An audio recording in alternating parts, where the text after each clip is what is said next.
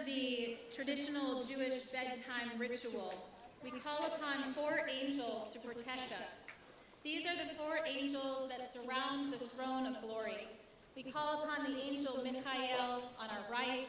We call upon Gabriel on our left. We call upon the angel Uriel, who is before us, and the angel Raphael, who is behind us. Michael, Gabriel, Uriel, and Raphael, emissaries of God, who surround and protect us. 4 ethereal, powerful beings of light, moving with us like the wheels of a chariot.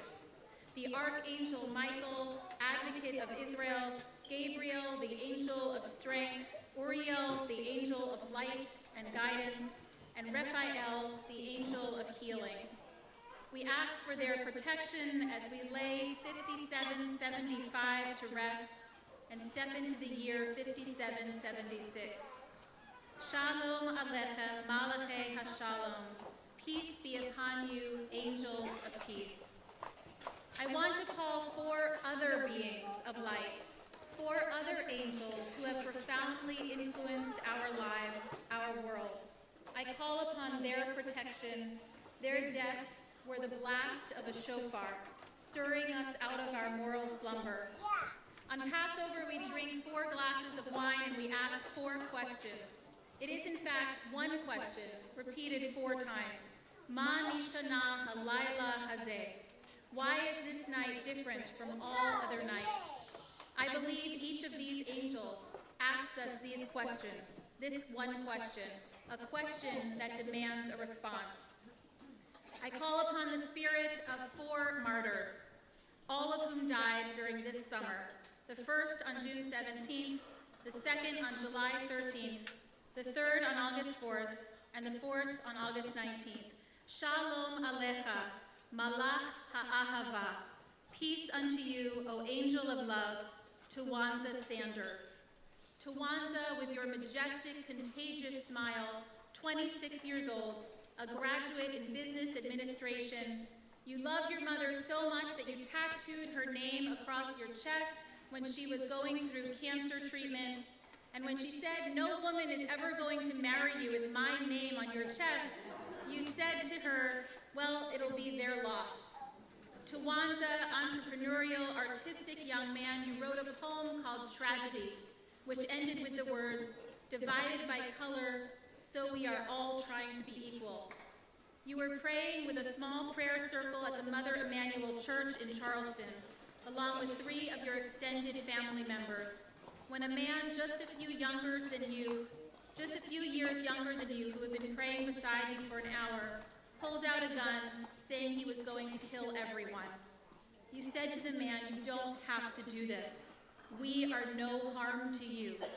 When the killer pointed the weapon at your 87-year-old aunt, Susie Jackson, you jumped in front of her, receiving the first bullet. You were the youngest of the 9 victims, and Susie was the oldest. You didn't run the other way. You didn't play dead or duck behind a pew. You didn't think about age. You didn't think about the fact that you'd only walked this earth for 26 years and your beloved aunt had 61 more years than that of life to realize her dreams. You only thought family, protect, love.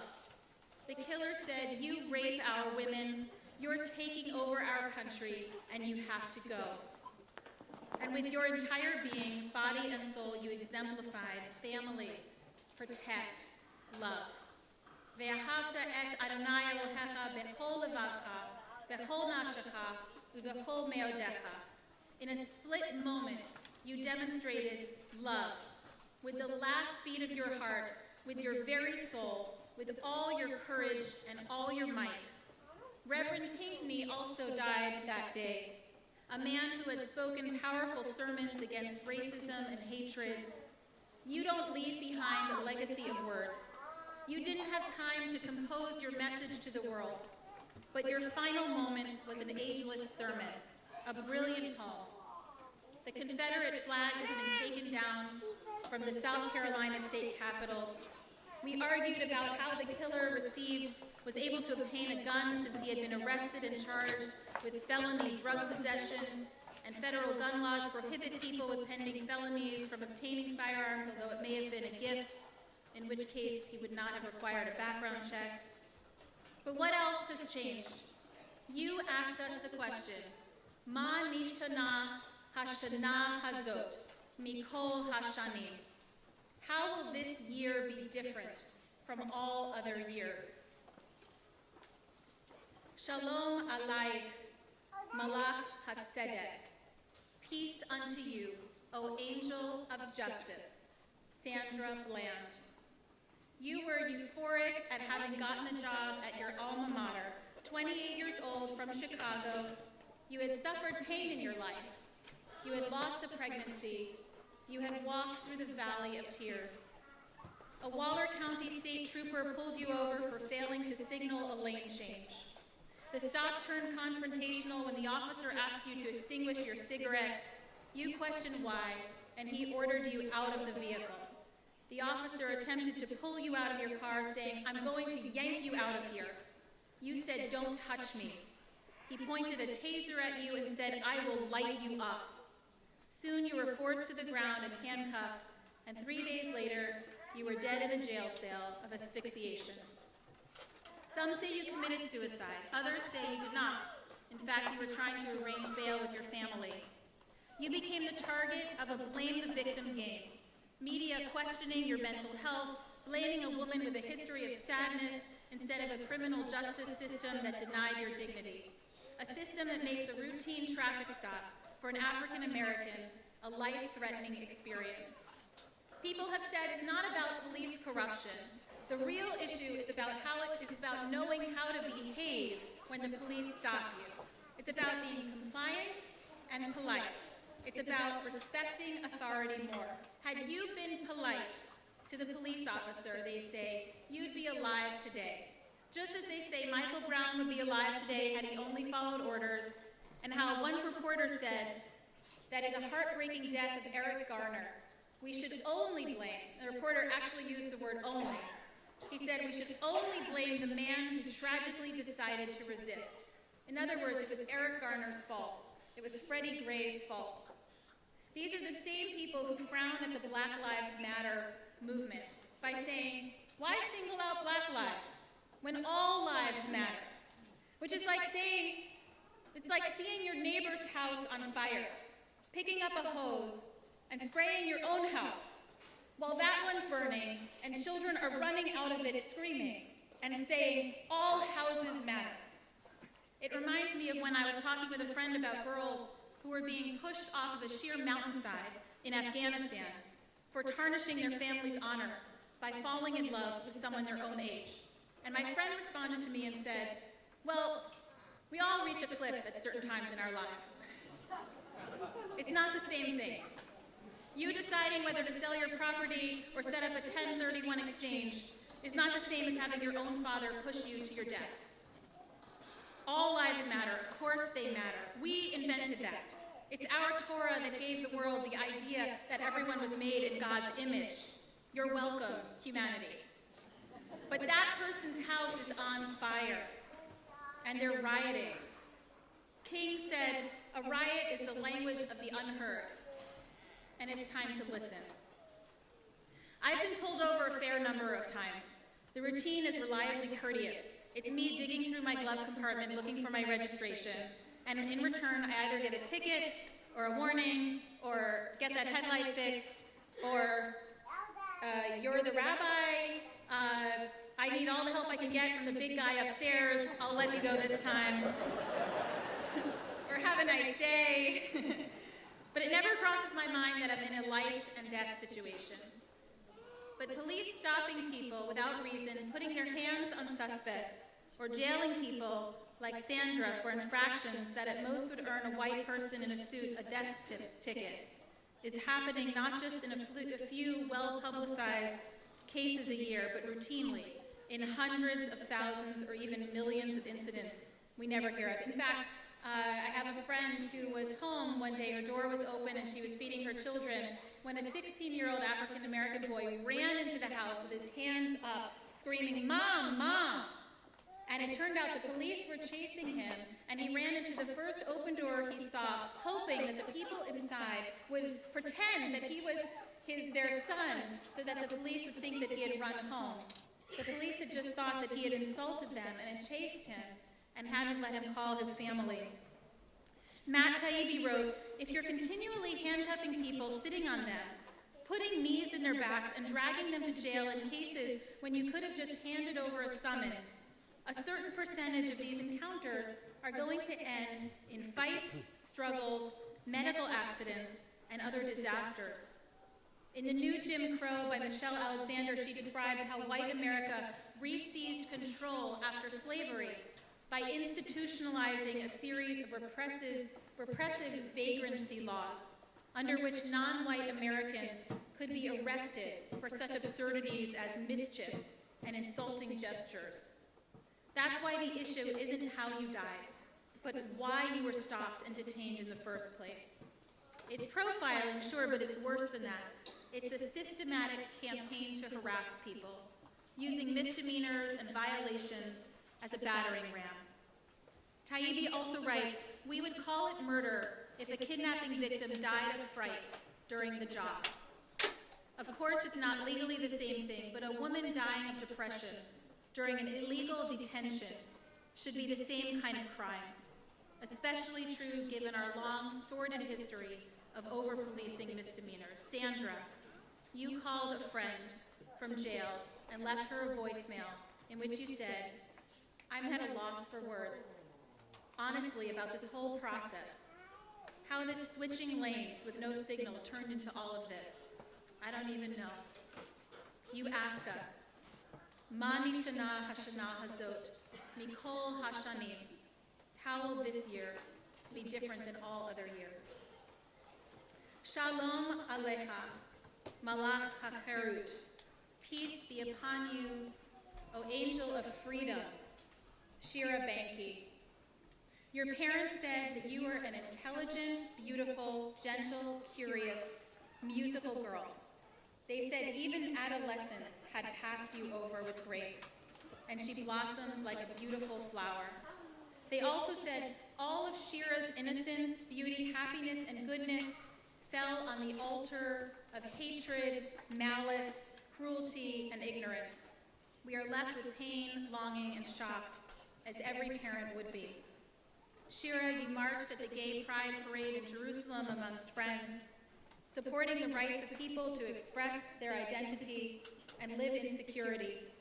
You were celebrating freedom.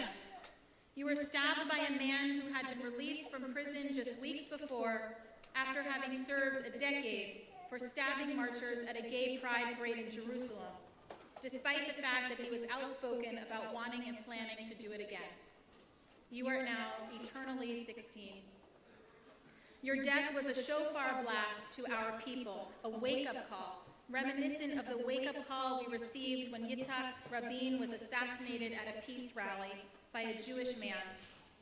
When we realized that while we're supposed to be a nation of priests, we have built a nation like all other nations, with religious extremists, civil unrest, and terror. For Israelis, what happened that day, the day of your death, is more important than the Iranian nuclear deal. While American Jews are yelling at each other over whether the deal should or shouldn't pass, Israeli Jews are looking at a different existential threat. The same day you were killed, 18-month-old Ali Dawabshah and his mother were burned to death in his family home in a firebombing attack perpetuated by extreme right-wing Jewish terrorists. Flames of hatred spreading throughout Israel. A shofar blast, a wake-up call. Israeli President Reuven Rivlin said, "We must not be deluded. A lack of tolerance will lead us to disaster." Every society, he said, has extremist fringe. But today we have to ask, what is in the public atmosphere which allows extremism and extremists to walk with confidence in broad daylight? What is it that allows it, that enables these weeds to threaten the safety of our entire garden of flowers? We must be thorough and clear, he writes, from the educational system to those who enforce the law, through the leadership of the people in the country. We must put out the flames, the incitement. We must not become bullies. We must not become an anarchy. You were a beautiful flower. You marched in a parade to celebrate people's freedom, to express their identity, freedom to live openly and honestly. Your death challenges us.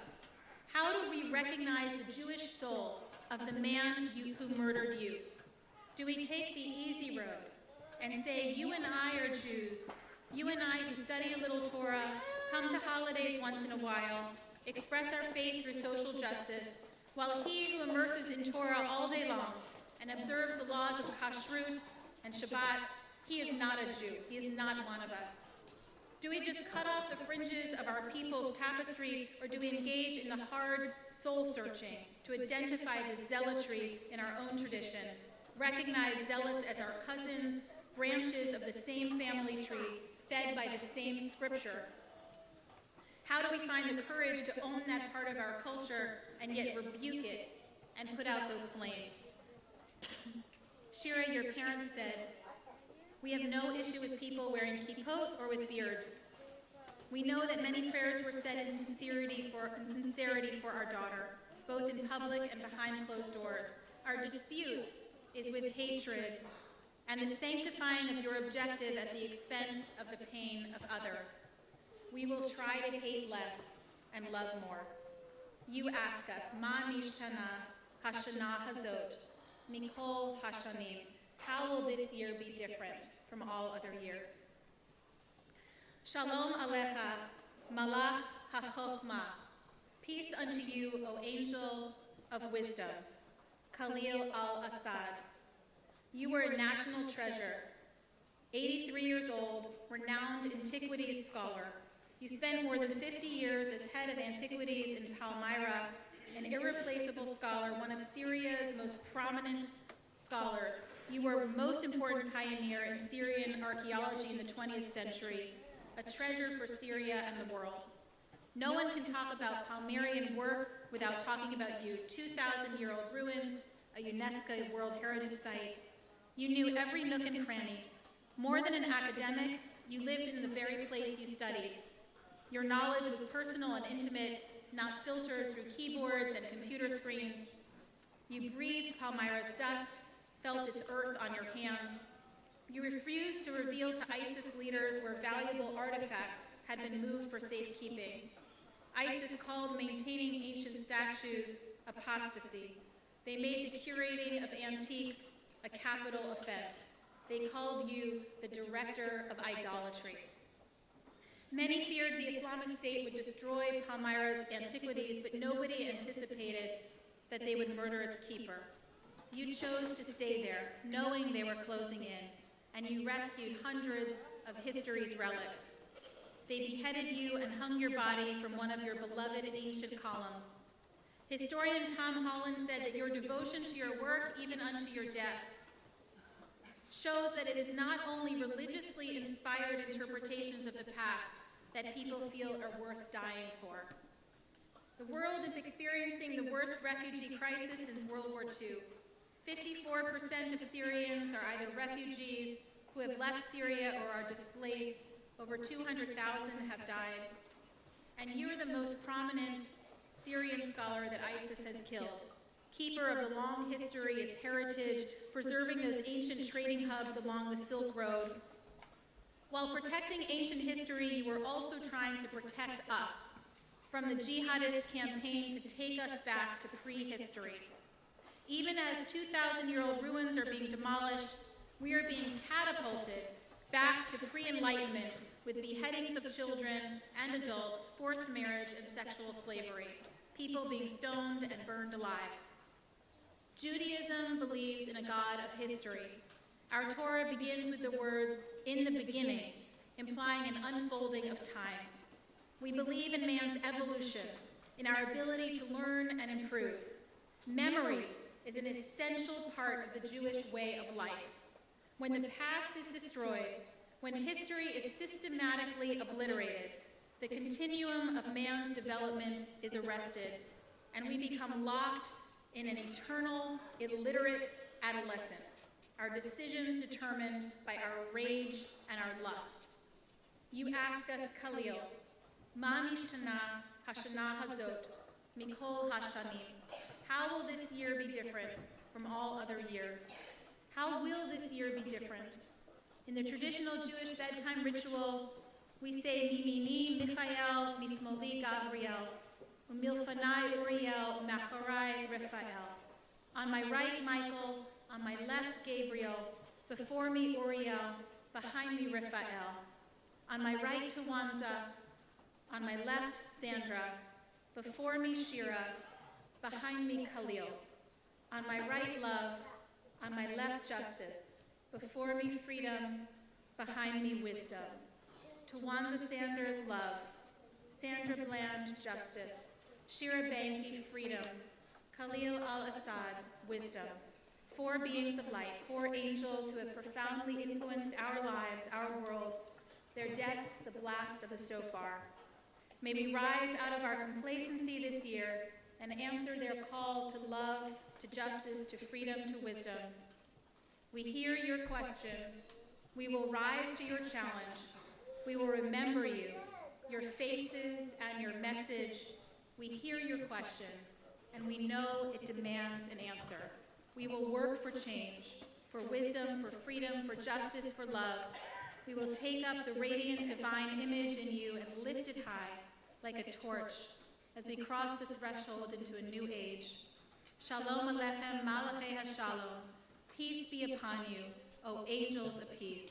Shalom Aleichem. Shalom. Shana Tova.